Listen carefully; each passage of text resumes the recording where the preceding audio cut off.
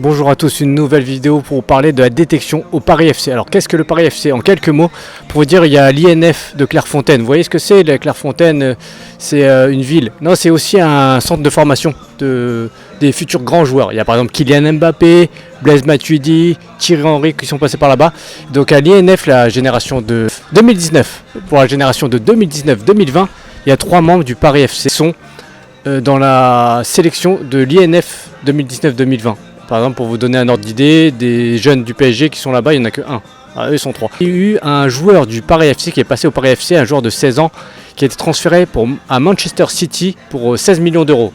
C'est beaucoup d'argent quand même, c'est bien, c'est bravo à lui, hein. Il est riche. Hein. Néanmoins, cependant, donc voilà, c'est un bon club quand même de foot qui était en D2, qui a failli passer en D1. Vraiment, c'est joué à un match ou deux, hein, pas beaucoup.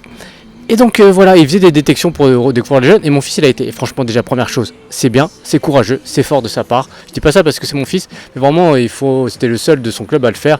Et c'était, moi, ça reste mon avis. Les gens vont dire que je suis partisan, mais je pense que techniquement, il n'était pas inférieur à eux.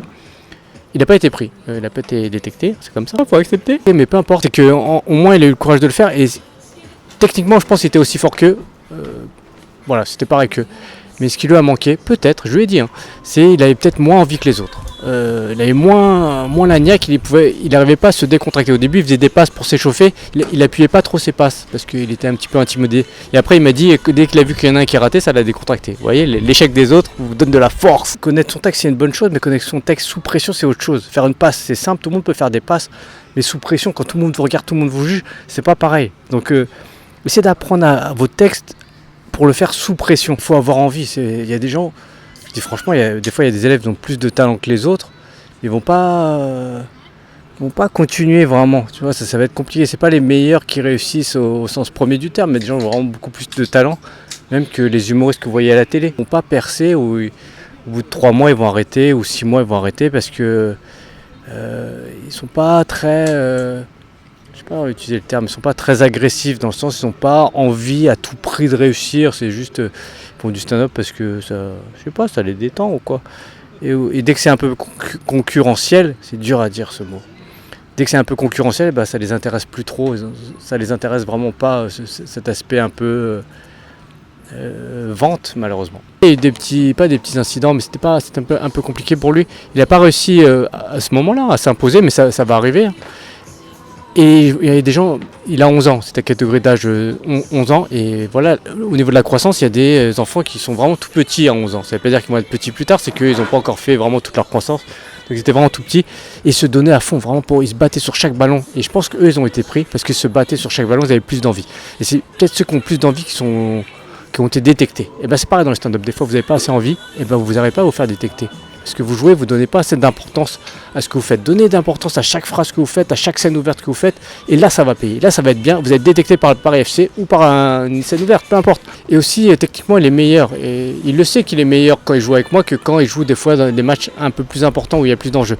Donc si vous n'arrivez pas à être vous-même à des instants où il y a de la pression, et ben c'est dommage. C'est dommage.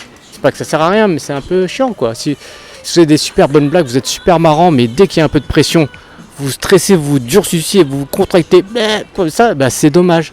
Il faut se relâcher. Essayez d'être sur scène comme vous êtes dans la vie. Ça demande une vie de travail d'être soi-même.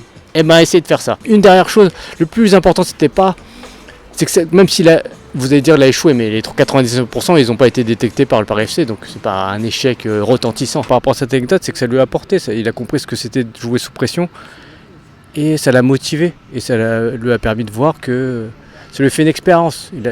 Quand même, il l'a fait. Ça lui donnait un petit peu plus confiance en lui après qu'il est revenu à l'entraînement dans son club originel. De voir que certains, voilà, ils arrivent à se battre à ce point, des gens de son âge arrivent à se battre à ce point pour attraper un ballon, ça l'a motivé, ça l'a fait grandir. Donc pour vous, aussi jouer avec des gens un peu plus forts que vous, ça va vous motiver. Parce que des fois, vous n'avez pas de référentiel. Des fois, les élèves, ils jouent trop entre élèves et ils ne voient pas ce qui est possible de faire. Des fois je leur dis que moi j'ai déjà vu par exemple Malik Bentala au Def Jam Comedy Club, c'est la scène ouverte du Jamel Comedy Club, j'ai déjà vu, moi je passais en même temps, et lui il est passé, et après son passage, à la fin de son passage, c'était une scène ouverte, ben les gens ont fait une standing ovation. Donc c'est possible. Et on m'a dit aussi que d'autres gens, ils avaient déjà eu des standing ovations lors de leur passage en scène ouverte, ce qui est assez rare, assez dur. Mais c'est comme tu le vois de tes yeux, il n'y a pas de fin d'expression à cette phrase.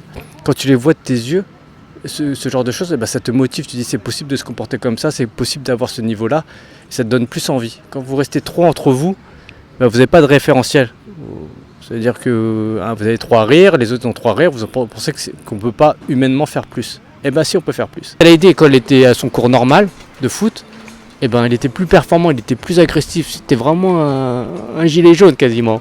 Quoi qu'il arrive, même si c'était un échec, pas un échec mais il n'a pas été détecté, eh ben, ça lui a donné de la force pour s'améliorer. Donc vous, faites des scènes peut-être un peu difficiles, vous allez vous faire rejeter, mais ça vous donnera de la force un peu plus. Vous allez dire voilà, c'est ce niveau-là qu'il faut faire, c'est ce niveau-là qu'il faut atteindre, et ça c'est bien. D'accord, j'espère que vous avez aimé cette vidéo, mettez un petit pouce sur la vidéo et abonnez-vous à ma chaîne YouTube. A bientôt, bye, au revoir.